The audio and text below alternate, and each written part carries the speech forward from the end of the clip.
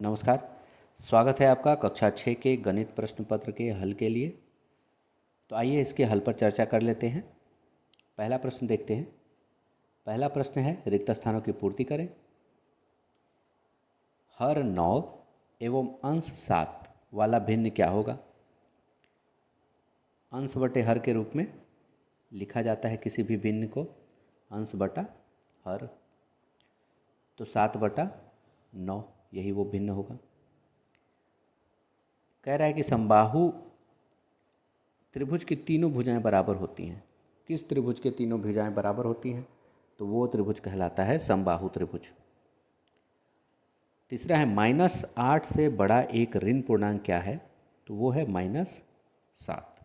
-7 -8 से बड़ा ऋण पूर्णांक है। जैसे जैसे ऋण पूर्णांकों में ऋण लगता है और उसके जब हम मान बढ़ाएंगे तो उसका कुल वैल्यू जो है वो घटते जाता है। 10 - 1/2 ये कितना होगा? तो ये 9.5, ये 9 हो जाएगा और 9/2 4.5 के बराबर होगा। पाँचवा देखते हैं, 3 का स्थानीय मान इसमें भी पूछा गया है कि ये जो संख्या है इसमें 3 का स्थानीय मान बताइए। तो इकाई, दहाई, सैकड़ा, हजार, 10,000। तो यह 10,000 के स्थानीय मान के साथ है। इसका कुल मान है 30,000।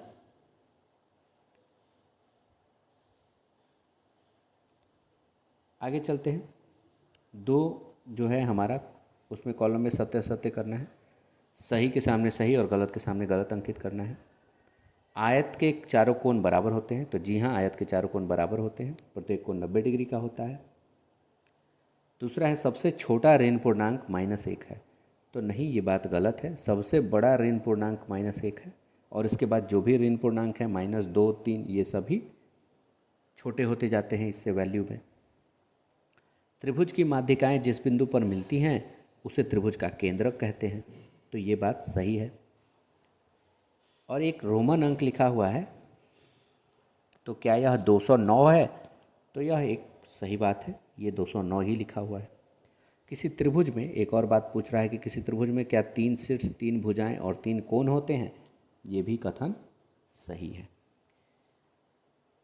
ये इसका हल है। आगे बढ़ते हैं। मिलान करना है। मिलान करना है तो इसमें थोड़ा सा बड़ा है। यहाँ से हम लोग को पता चल जाएगा। सिर्फ इसको ऊपर वाले को देख लेते हैं।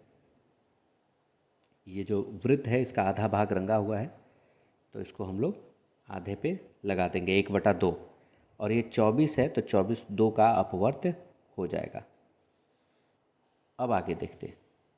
465 को क्या लिखेंगे हम लोग कि ये 5 से विभाज्य है। और 5 जोड़ 8 और 8 जोड़ 5, इसको क्या लिख सकते हैं हम लोग? ये लिख सकते हैं योग का क्रम विनिमय नियम। क्रम बदल गया है, एक बार 5 पहले है, 8 बाद में है, दूसरी बार 8 पहले है, 5 बाद में है। तो योग का क्रम विनिमय नियम है। और 1000 जो 10,000 है, 10,000 की पूर्ववर्ती संख्या यानी 10,000 के ठीक पहले वाली, एक पहले वाली संख्या क्या है? तो वो है 9,999।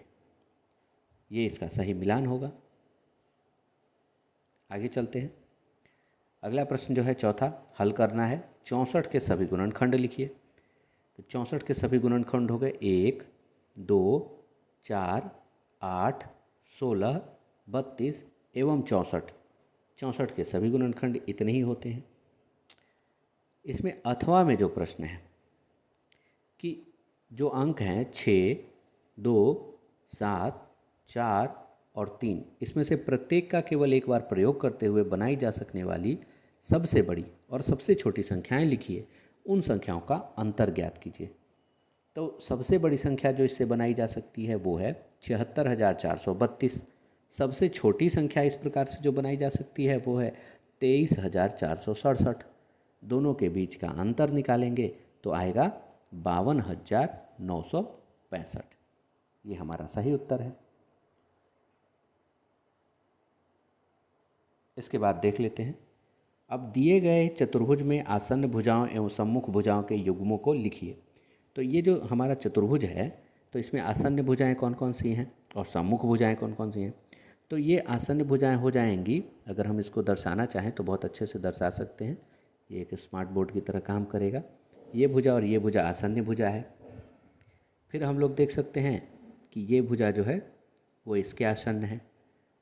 और फिर सम्मुख भुजा अगर देखना हो तो ये दोनों भुजाएं जो हैं AD और BC सम्मुख हैं, और फिर ऊपर वाली दोनों भुजाएं सम्मुख हैं।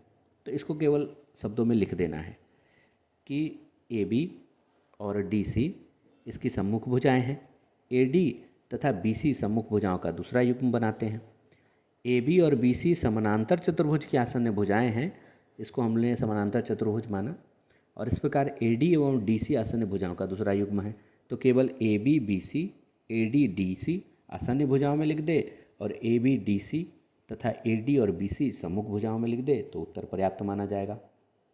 यहीं पे एक और प्रश्न है जो कोण को लेकर है, ये अथवा में था। तो इसमें है कि x बराबर कितना और y बराबर कितना होगा। तो x बराबर 80 सामने का कोण है और y बराबर 100 ये इसके सामने का कोण है। तिर्यक छेदी रेखाओं के सम्मुख कोणों के माप बराबर होते हैं, यही इसका कारण है। तो ये इसका सही उत्तर, एक दूसरे के विपरीत दिशा के कोण। मैंने और सिंप्लीफाई करके इसको लिख दिया। इस प्रकार से इन दोनों प्रश्नों का हल हो गया। अब अगला प्रश्न देख लेते हैं। पांचवा जो प्रश्न है और अंतिम जो प्रश्न है, एक तार है जो 7/8 मीटर लंबा है। इसके 2 टुकड़े हो जाते हैं। इसमें से एक टुकड़ा तो 2/4 मीटर का है, तो दूसरा टुकड़ा कितना बड़ा होगा, इसको निकालना है।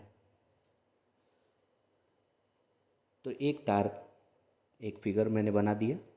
एक तार है 7/8 मीटर लंबा है और इसमें से एक टुकड़ा जो है वो 2/4 मीटर है। एक एक्स है, इसका लंबाई निकालना है, दूसरे टुकड़े की लंबाई। तो 7/8 में से 2/4 को घटाएंगे, 8 और 4 का लसा 8 होगा। अब इसमें 7 में से 4, तो 3/8 मीटर जो लंबाई आई वह दूसरे टुकड़े की लंबाई आएगी।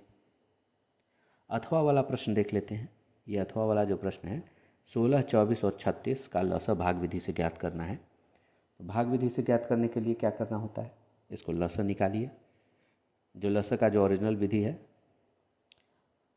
तो इस प्रकार से हम लोग इसका विभाजित करके जो ले आए इसका गुणनखंड, उसको गुना करेंगे तो 144 इसका लसा उत्तर आएगा। तो ये थे कक्षा 6 के गणित प्रश्न पत्र के प्रश्न, और इसके बाद हम लोग कक्षा 7 वाला देखेंगे। मिलेंगे अगले वीडियो में, तब तक के लिए धन्यवाद।